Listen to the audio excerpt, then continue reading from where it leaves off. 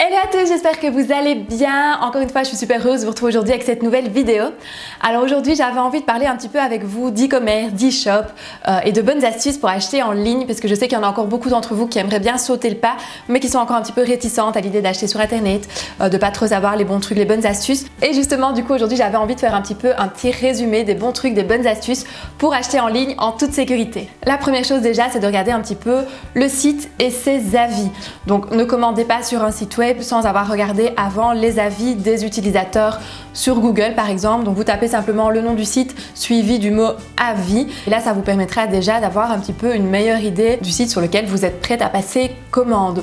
Donc bien évidemment il y a des sites qui sont hyper connus, en général il y a rarement de problème avec ces sites là, mais si vous souhaitez commander sur des sites qui sont un petit peu moins connus du grand public, méfiez-vous simplement et regardez quand même toujours bien les avis avant pour avoir un petit peu tout simplement une idée de ce qui se passe. Si c'est un site arnaque, clairement vous le verrez tout de suite parce que vous aurez des dizaines voire des centaines de commentaires négatifs ou de commentaires en tout cas qui vous mettront le doute. Si vous avez un doute, tout simplement ne commandez pas. Si vous ne trouvez rien, c'est que en général c'est quelque chose d'assez fiable, donc vous pouvez commander normalement les yeux fermés. Donc une fois que vous avez validé le côté safe, le côté en sécurité pour le site web, vous pouvez alors à ce moment-là aller analyser un petit peu comment ça se passe au niveau des expéditions et au niveau des livraisons. Donc en effet déjà les premières choses à savoir pour moi c'est si la livraison est payante et si oui à quel tarif. Bien souvent sur la plupart des sites web vous avez une limite d'achat, donc livraison offerte à partir de 50, 100, 150, ça dépend un petit peu du site web, mais c'est toujours quand même intéressant de le savoir. Et aussi, et ça c'est le gros point, je regarde toujours si les retours sont à ma charge ou si les retours sont pris en compte. Pourquoi ? Parce que bien souvent, quand on achète sur internet, c'est un petit peu le désavantage entre guillemets, c'est qu'on ne sait pas toujours très bien quelle taille choisir ou comment tout simplement le vêtement va tomber sur nous. Donc du coup pour moi c'est important de pouvoir renvoyer sans frais ou en tout cas avec un minimum de frais.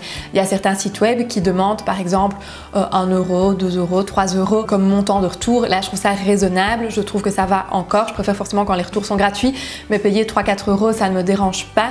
Maintenant à partir du moment où je dois payer le retour comme un colis que j'envoie moi-même, là je me fais plus avoir parce que ça m'est déjà arrivé malheureusement de ne pas faire attention. Donc c'est pour ça que je vous le dis, c'est pour ça que je vous le précise, c'est de vraiment bien faire attention si les retours sont pris en charge ou non, parce que franchement payer pour un colis ça revient vite cher, surtout si c'est quelque chose d'assez lourd comme un manteau par exemple. Là automatiquement on va vraiment payer assez cher le retour, donc ça n'en vaut pas la peine. Et la dernière petite chose c'est aussi de regarder le temps de livraison. Donc il faut savoir que sur certains sites, notamment des sites chinois par exemple, là vous avez en général des délais de livraison qui sont quand même assez longs, donc ça peut aller jusqu'à 3 semaines.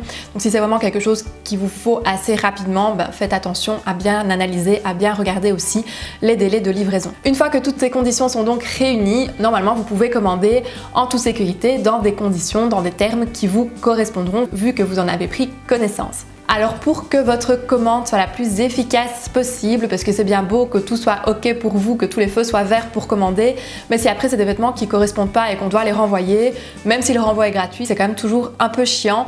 Donc l'idée c'est quand même de commander des choses et d'être à peu près sûr que ça nous aille bien.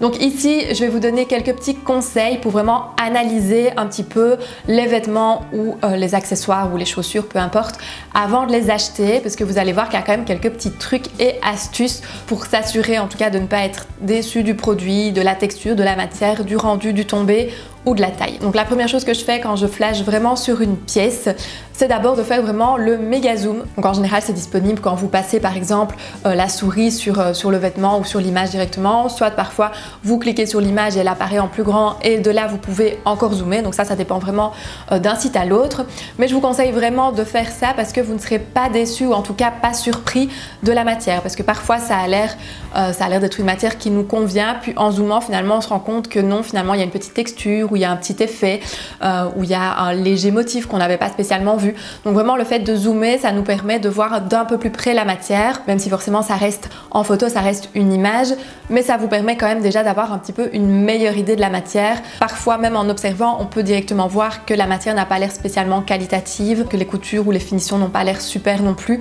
Donc ça vous permet peut-être parfois de faire un petit peu déjà certaines éliminations. Une deuxième chose que je fais aussi, c'est de regarder la description du mannequin. Pourquoi ? Tout simplement pour savoir la taille que le mannequin fait. Donc bien souvent c'est des mannequins qui sont quand même assez grandes, 1m75, 1m80, voire plus peut-être.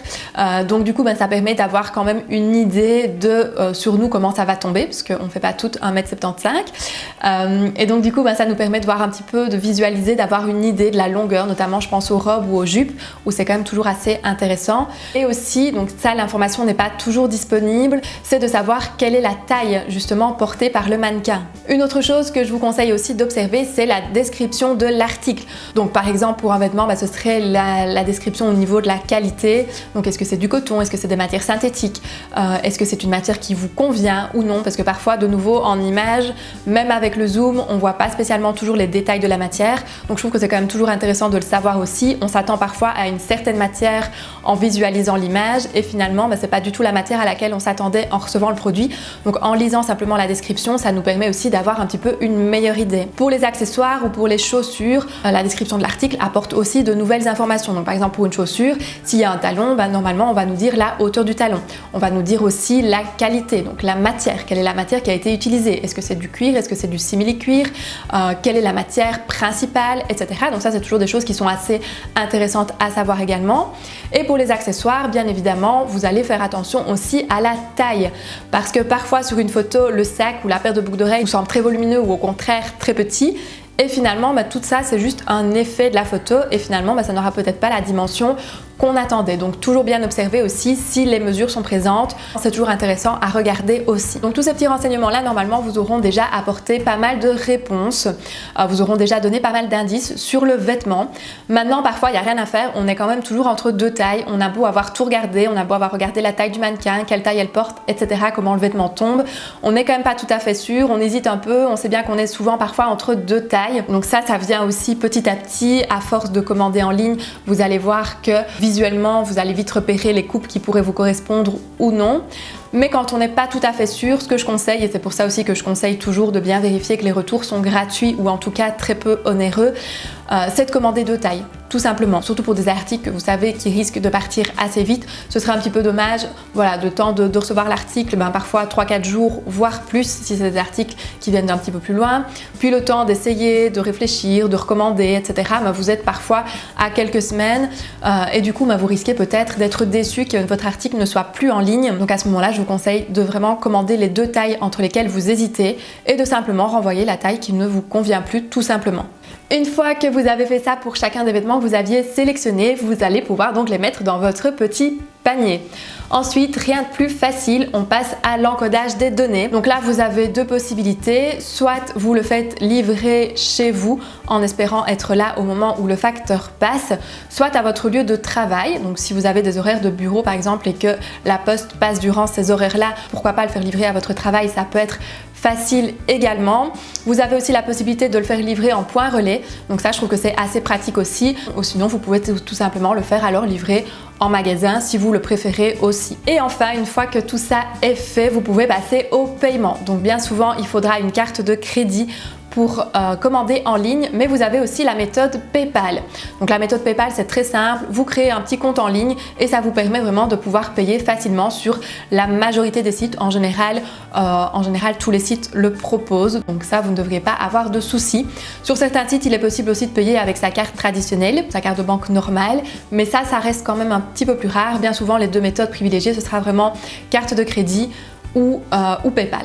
Tout simplement. Un autre conseil, une fois que le paiement est passé, moi je vous conseille de faire une petite capture d'écran de la confirmation de commande. Normalement vous recevez tout par mail, mais on ne sait jamais s'il y avait jamais un petit problème ou quelque chose que vous n'êtes pas tout à fait sûr ou quelque chose qui n'est pas passé. Au moins vous avez la capture d'écran, vous avez le numéro de confirmation, donc ça très important parce que si vous avez le moindre problème, vous pouvez toujours contacter le service client avec un numéro de confirmation, avec un numéro de commande. Ce sera toujours beaucoup plus facile pour eux pour faire le suivi. Donc une simple petite capture d'écran, ça prend 2 secondes et demie et au moins vous êtes sûr d'avoir une preuve supplémentaire si jamais il y a un souci avec les mails, tout simplement. Et voilà, à ce niveau-là, votre commande est faite, votre commande est effectuée. Maintenant, le plus dur reste à faire, le plus dur reste d'attendre votre colis, mais ça malheureusement, il n'y a pas de conseil pour ça. Il va juste falloir prendre votre mal en patience et attendre que votre colis arrive à l'endroit choisi. Ça normalement, pour un petit peu calmer votre patience, vous recevez bien évidemment souvent un petit lien de tracking qui vous suffira de cliquer dessus pour pouvoir suivre votre colis presque en temps réel. réel. Donc vous allez le voir arriver petit à petit jusqu'à vous. Et puis bien évidemment le bonheur de recevoir son colis à la maison ou au dépôt ou peu importe où vous l'avez choisi. Et ensuite on passe aux essayages. Et si ça ne va pas, s'il y a des pièces que vous n'êtes pas tout à fait sûr ou s'il y a des pièces qui ne conviennent pas tout simplement, à ce moment-là, vous remplissez simplement le petit bordereau de retour.